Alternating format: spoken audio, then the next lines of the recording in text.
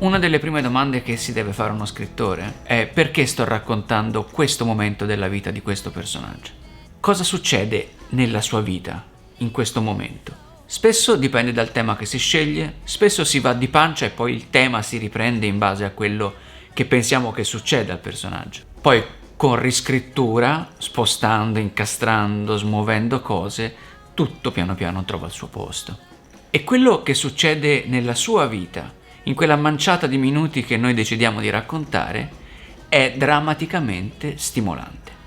In un film, quel periodo della sua vita è contenuto tra i titoli di testa e i titoli di coda. Ma dopo, per la serie critica radicale dell'opera d'arte, Today I've had the time of my life, ma domani, chissà. Ladies and gentlemen, Dirty Dancing. Just wait and see.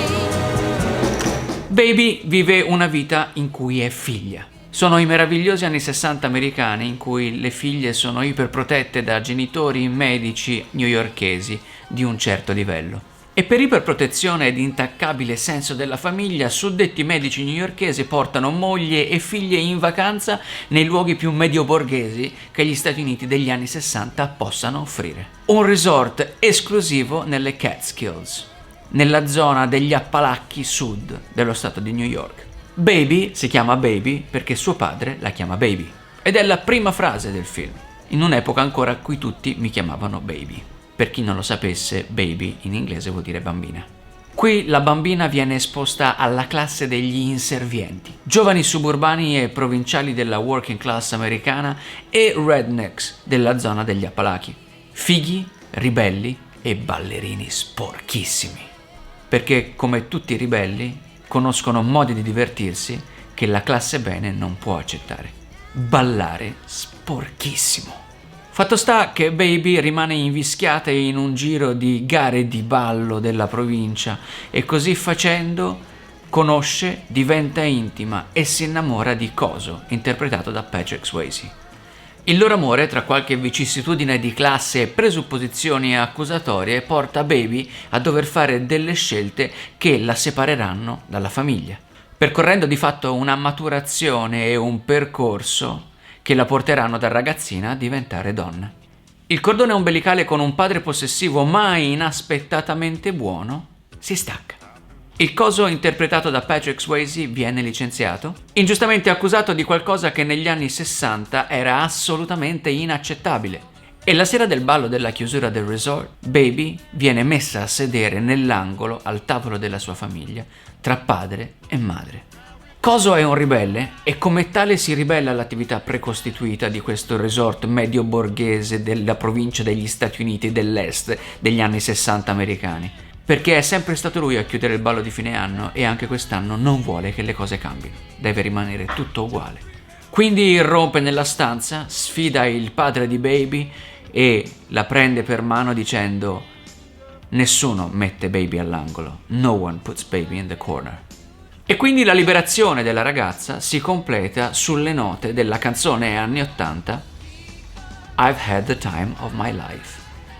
Ho avuto il momento più bello della mia vita. Baby è libera.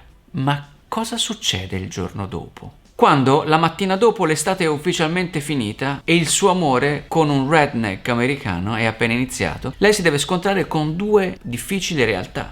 1. Lei è figlia di intellettuali newyorkesi. 2. Lei adesso è libera, perché il film questo ci ha raccontato.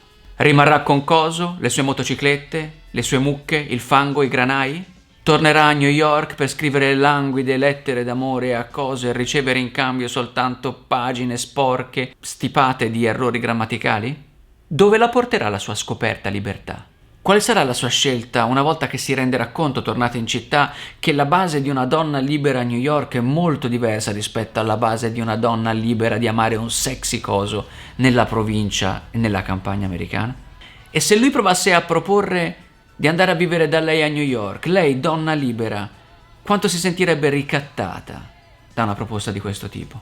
E se lui le chiedesse di andare lei a vivere con lui a Nowhere, New York, che cosa risponderebbe una donna libera di scegliere? She had the time of her life, but nobody can put her in the corner.